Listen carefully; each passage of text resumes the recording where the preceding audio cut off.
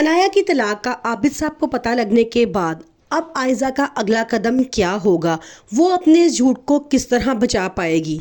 عائزہ کی ماما عائزہ کو کال کر کے سمجھانے کی کوشش کرتی ہیں اور کہتی ہیں کہ اپنی ضد چھوڑ دو، خدا کا واسطہ ہے، اگر ایشل نے اپنا منہ کھول دیا اور انایا کی طلاق کے بارے میں سب کو بتا دیا تو تمہارا کیا ہوگا؟ تمہارا بنا بنایا گھر برباد ہو جائے گا۔ یہ بات تمام عابد صاحب سن لیتے ہیں کیونکہ کال پہ کال آ رہی ہوتی ہیں اور عائزہ کمرے میں نہیں ہوتی۔ وہ جیسے ہی کال اٹھاتے ہیں تو اس کی ماما فوراً بولنا شروع کر دیتی ہیں، یہ دیکھے سنے بغیر کہ کال کس نے اٹھائی ہے۔ فوراً اندر عائزہ آ جاتی ہے اور وہ ایک دم پریشان ہو جاتی ہے۔ جیسے ہی وہ اس سے پوچھتے ہیں کیا انایا طلاق یافتہ ہے تو یہ بات سن کے اب عائزہ کی آنکھوں میں آنسو آ جاتے ہیں اور وہ انہیں کہتی ہے کہ طیابو میں آپ کو بتانے ہی والی تھی، لیکن طیابو کی طبیعت بہت خراب ہو جاتی ہے اور وہ کمرے سے باہر چلے جاتے ہیں۔ دوسری طرف عشر کے گھر والے اب اسے اس بات پہ راضی کرنے کی کوشش کر رہے ہیں کہ تم عاشر سے طلاق لے لو کیونکہ وہ لڑکا تمہیں بہترین زندگی نہیں دے سکتا۔ ایک فلیٹ میں زندگی کیسے گزاری جاتی ہے تمہیں اب ان باتوں کا نہیں پتا، لیکن عائشہ وہ اسی بات پہ بضد ہوتی ہے۔ وہ کہتی ہے کہ میں عاشر کے ساتھ بہت خوش ہوں، میری ساری خوشیاں اسی سے وابستہ ہیں، چاہے پھر میں ایک محل میں رہوں یا جھونپڑی میں، کیونکہ اس کا کہنا ہوتا ہے کہ عاشر نے میری خاطر اپنے سب گھر والوں کو چھوڑ دیا، اگر میں اسے چھوڑ دوں گی تو اس پہ کیا گزرے گی۔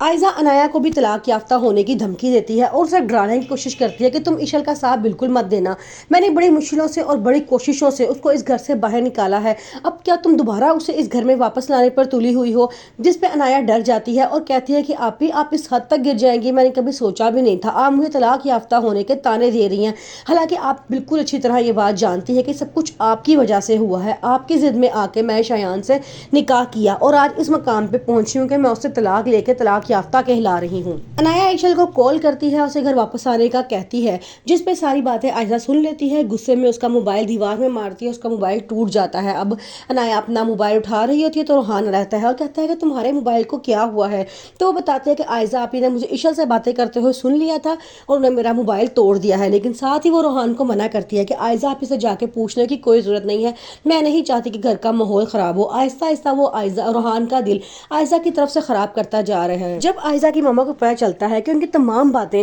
عابد صاحب نے سن لی ہیں تو وہ بڑا پریشان ہوتی ہیں، وہ بار بار عائزہ کو کال کرتی ہیں اور ان سے معافی مانگتی ہیں، لیکن عائزہ کہتی ہے کہ آپ نے میرا گھر خراب ہونے میں کوئی کسر نہیں چھوڑی، اب چھوڑ دیں مجھے میرے حال پہ، میں جو کروں گی وہی بہتر ہی کروں گی۔ اسد کا یہ فیصلہ سن کے عاشر بہت پریشان ہے، لیکن عشر اسے بہت سمجھاتی ہے اور کہتی ہے کہ اسد بھائی کا اس میں کوئی قصور نہیں ہے، ان کو سارا کچھ عائزہ بھابی نے ہی سکھایا ہے اور وہ چاہتی ہیں کہ کسی طرح تمام رشتے توڑ دیے جائیں، ان کو ایک دوسرے کے خلاف بھڑکا کے ایک دوسرے کے سامنے کھڑا کر دیا جائے، اور انہوں نے ایسا ہی کیا ہے۔ وہ شروع سے اس گھر میں اقتدار حاصل کرنا چاہتی تھی اور اب آج وہ بہت خوش ہیں کیونکہ وہ اپنے مقصد میں کامیاب ہو چکی ہیں۔